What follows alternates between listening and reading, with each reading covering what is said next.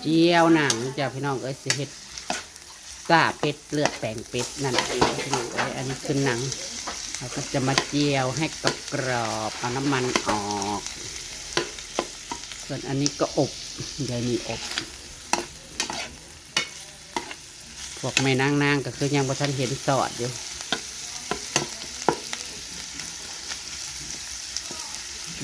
จวด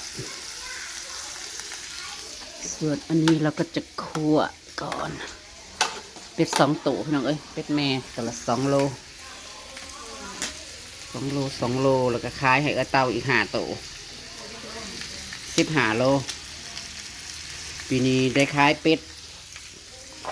เขาได้เลยได้ขายเป็ดประมาณ30 กว่าโลแล้วได้พี่น้องเอ้ยสวัสดีอีกตอบเด้อจ้าขวบพี่เขาขวดแล้วเรียบร้อยแล้วจ้ายังจะล้างถ้วยแล้วเขาขวบบักพริกยังแต่ล้างถ้วยพอดีแล้วรอบบ่ายจังล้างก็ได้กินข้าวแล้วยังไม่ทันได้ล้างหน้าล้างตาค่ะห่วยหัวมุนต้องเตรียมค่ะความพร้อมต้องอันนั้นบนทางกับพี่น้องเดินเฮ็ดมาฮอดพี่ละจ้ามื้ออื่นกับสิฮอดหน้าบ้านเจซีเลยโอ้ยนี่หมากอันนี้สุกแล้วสดน่าร้ายหมากอยู่ได้กำลังเริ่มอันนั้นเลยโอ้ยเขาเจ้ามาเฮ็ดทางเขาเจ้ากินนั่นมืออื่นนี่เขาเจ้ายุดเนาะคนทางนี่นะเพราะว่าเลือกตั้งมืออื่นนี่เลือกตั้งเห็ดอะไรยังมาเห็ดยอเพิ่นบ่สิต้มสดน้ำเขาจะมาต้มสดน้ำต้มให้ใช้ที่สมเห็ดคือต้มโอ้ยผักติ้วในอันเพื่อนนี่นะพอดีงามดอกมันจะเต็มอยู่ช่วงนี้ผักป่าผักเปอร์อันภายนอกเบอร์เจ้าบอกท่านในบ้านนายุงเรามาชงอยู่ป่ะ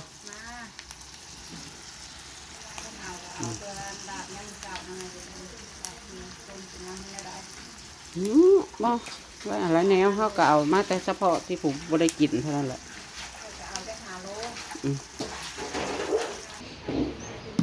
เรียบร้อยจ้ะข้าวครัวพริก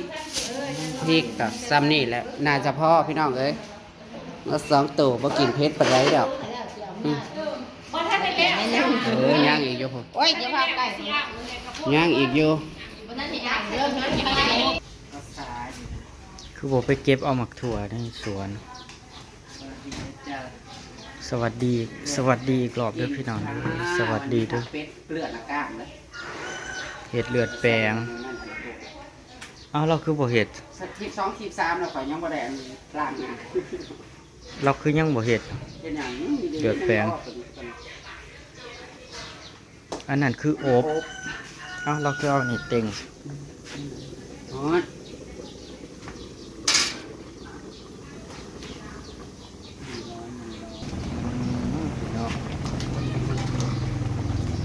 ่ากินบ่น่ากินแห้งกินมือปลานี่บ่เราใส่ใบมะเขียบนะบ่มีเป็ดอ่อนจะใส่มันยังไปไม่เขียบไม้ข้อมาจะใส่อย่างไรมันก็นั่นแหละใส่ให้มันนุ่มันอีนั่นมันกระแสเพื่อรสและคันยาดีหัวยังไม่ทันล้างจักใบแล้วกินพอแล้วปิดไว้ฟ้า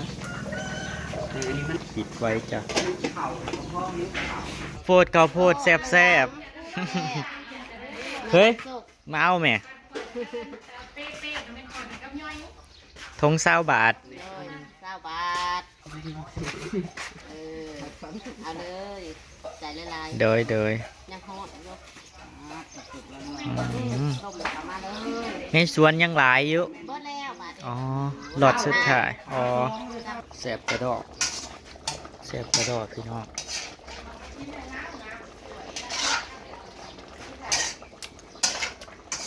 นาดว่าบ่ได้ใส่ของดีกับใบมะเขียบเลยนี่ส่วนอันนี้สิเฮ็ดเลือดแปลงพี่น้อง เซฟทิปนะจ๊ะเซฟทิปกระทะเหล็กเซฟกระทะหูขาดเพราะว่าเขาแบ่งอบน้ำได้พี่น้องเลยพวกนางๆก็กำลังมากันนะจ๊ะนะจ๊ะเลือดเนี่ยมันเป็นวุ่นมาเลยจีเบิร์ดพอดีเรารู้ใจเป็นตอนเป็นตรอนเนี่ยหอมอันนี้เป็นบริซอยบ่สิกินกับเอาบ่ ซอยใส่ลูกบอก เอานี่พักอันนี้นะบริซอยบ่โอ้มันต้องเขาต้องใส่ยังว่าหอมเจียวบ่เอาบริซื้อ ข้าวเกี๊ยวกับถั่วดิน นี่คือบริซื้อซะ โอ้โหแล้ว ผู้ดินเฮาเมิดบ่มันนะเบิ่งมันก็จะไปซื้อใหม่เพื่อนมาบ่ดีใจโอ้ยได้มาน้อยโอ้ยดีใจหรือเปล่าน้ำเน่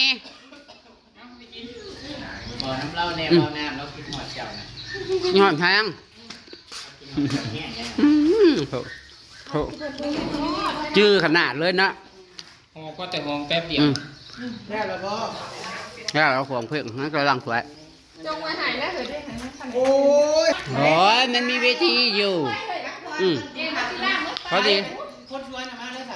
กำลังมาคนสวยกับกำลังมาโอ้ยโผโอ้ยโอ้ยถดคิดฮอดแล้ววะเฮ้ยคันว่าสิมาบ่มาเมื่อวานนี่นี่คำพัดไปฮอดยายบัวยายบัวยังคือโทรหาบ่ได้บ่ไอ้กะเพราหิวกะเพราเพิ่นน่ะมาโทรไปบ่ว่ารับนะเราไปใส่กำลังแล้วถ่าพวกแม่นางมากันคิดฮอดแห้งว่าน้ำข่อยแน่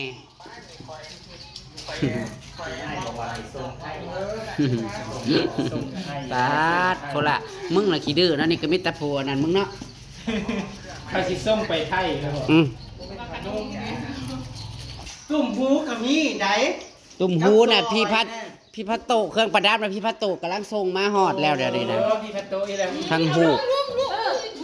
เอาเจ้าขึ้นมายังมานั่นเอาลง ท้องกล่องเนี่ยจะมาเอานี่เด้อพี่น้องเอ้ยท้องแค่ผมมีปัญหา ท้องยุ่มเอากินข้าวโต๊ะวงหิวข้าวเพราะแห้งแล้วพี่น้องเอ้ยทีมงานอันขัวเขาพริกเขาขัว สมมติว่าเสียมันก่อน มันสิกล้ามอยู่บ่จื้นมันสิกล้ามอยู่บ่จักหน่อยไปกินก้อนผู้ใดหิวก็กินก้อน อย่าลืมน้องเจ้าบ่าวเด้ออย่า เสียวซ้ำใดเอาซ้ำโซล่ามควายน่ะบ่ บาดนี้ใช่แล้วแล้วก็พับข้อเสือไว้ทั้งนอก ฮ้อนบ่ฮ้อนโอ้ยฮ้อนไปนะแม่นอนผมไปนั่งทำไม่ยายผม โอ้ย ผมจะมานั่งเฝ้าอันมาหน่อยอยู่ มาได้ใส่ เอามาตั้งแต่บันไดเอ้ยสิแล้วบอกพี่เขาขวด โอ้ยนั่นคือเฮ็ดแป๊บเดียวหลังถ้วยเลย มีซัมซองมื่อน่ะนางมาตอกเวทีให้กาวิวดีอยู่ได้นางว่าได้3,000นางว่ามื่อนี้นางมาล้างถ้วย กินรถจักอัน4อัน ขึ้นรถแล้วเหรอ โอ้หันหลังมันก็เป็นที่ว่ากินรถมาใส่มันสูง เอากินก้อนนี่ก็หิวข้าวยังไม่ได้กินข้าวเช้าคือกันได้นี่ มีบริการคนละละเลย บอ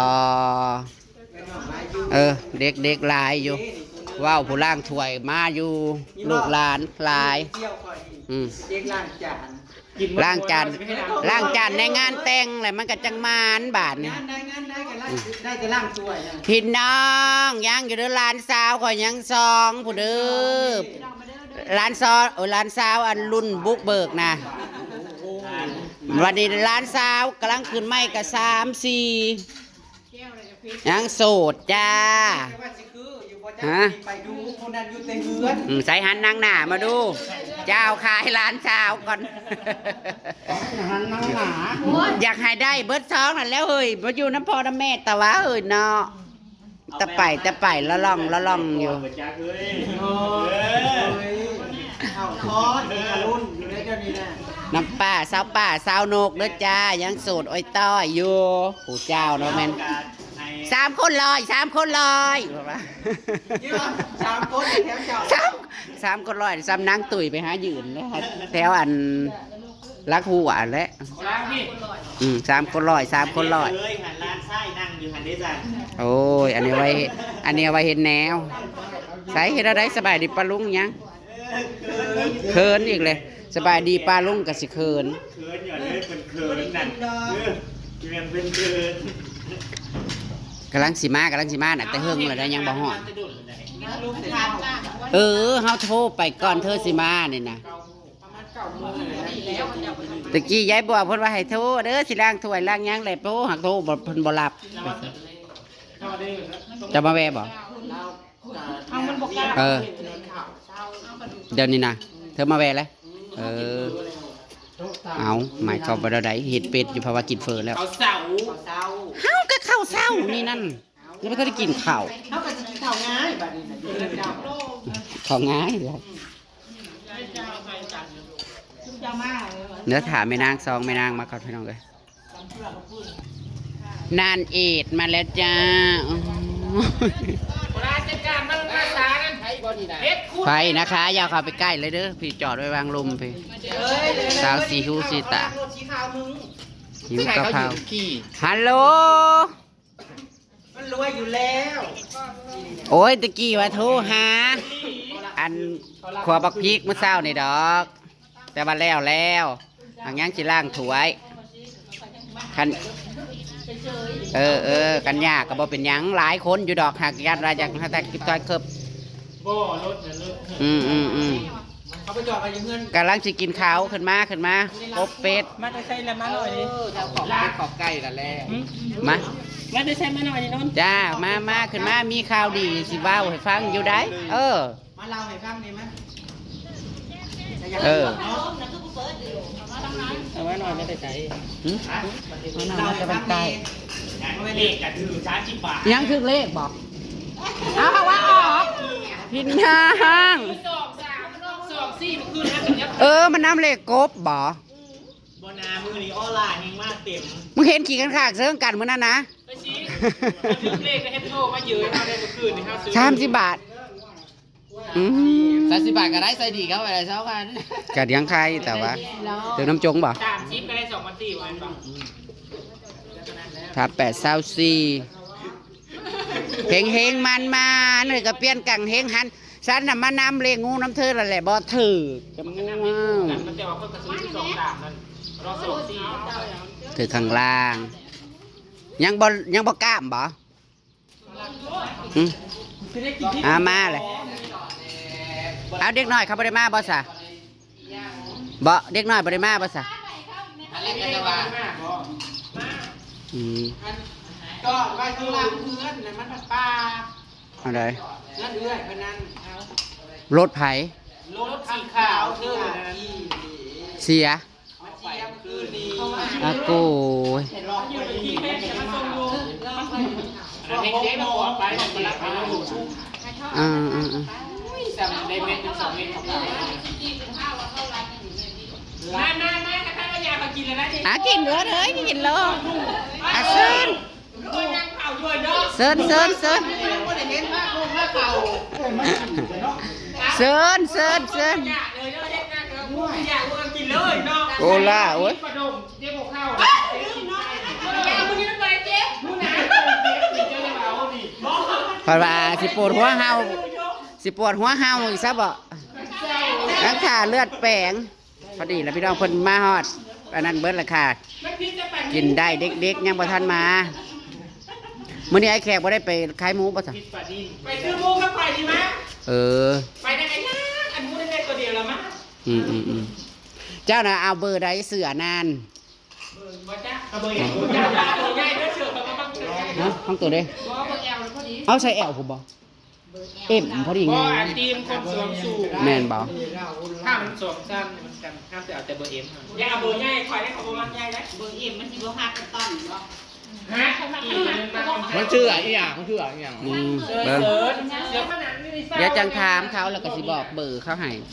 อ่ะ แซ่บได้เป็นยังไงว่าเป็นยังไง อ๋อได้ก่อนมานั่งมาคือเขาบ่ได้ฮู้แล้วแกมาเข้ามาไว้ อ๋ออันนี้เราแซ่บไปแล้ว ทั้งนี้น่ะก็หิวบ่ได้กินข้าวอันเช้าสิหน้า ผู้สิว่า หน้าบ่ทันได้ล้างเดี๋ยวนี้เนาะ นี่ก็มาจากซ้ำนี่ รอบ้านนั้นฮอบทิพย์นี่ โคตรอ่ะมันเป็นนางกินเบียร์เตะตุ๊บอยู่เลยใช่ไหม มันใส่กระดุมได้อีน้อย มันก็อยากกินเบียร์เด้อ เจ้าละใด อันใส่มันกระดุมมันเตะตุ๊บเอาไปเลยอ่ะเสื้อไม่มากระดุมเหรออ้าวไปเสื้อซื้อ เสื้อสืดอีน้อยเสื้อสุภาพเสื้อใส่เข้าไปแล้วก็สุภาพบ่แม่นสิสะดิกสะดิ้ง นี่ได้ไก่ที่ยากผมบ่เคยใส่เสื้อมากระดุมเด้อ เจ้าคือบอกให้ใส่แล้วก็อกสีขาวคุณเราน้ำยังคือยังไม่ใช่ เจ้า เสื้อ บ่ เออ สุดเจ้าสาวกูก็มีเลยเด้ สาวดิ กูใส่ชุดตัวนั้นแล้วไปงานนั้นงานแต่งรูปจริงน่ะกูก็ยังได้ผัว เอายืมนี่อันไก่คุมทั้งนั้น เจ้าเลยคุณ เอ จุ อ ดงามมันจะให้เสื้อ มื้อวานเด้กล้ามบ่กล้ามบ่ ใส่หมักผิด เอาพริกในตู้เอามา เรียบร้อยค่ะ เลือดแป้งฝีมือน้องทิพย์เลือดชา กินเล็กกว่าสีเสื้อกินแต่กระเทิง ดิเสื้อกินแต่ทางเทิงไปพี่น้องคลิปนี้กันยาพอสมควรแหละจ้าเดี๋ยวตามคลิปหน้ากันแล้วกันโดยสีมือเชฟกระทะห้างน้องทิพย์นั่นเองนะคะตามคลิปหน้ากันแล้วกันเนาะพี่น้องทั้งช่องเพื่อนๆกันแล้วกันเด้อตามพี่น้องจ้า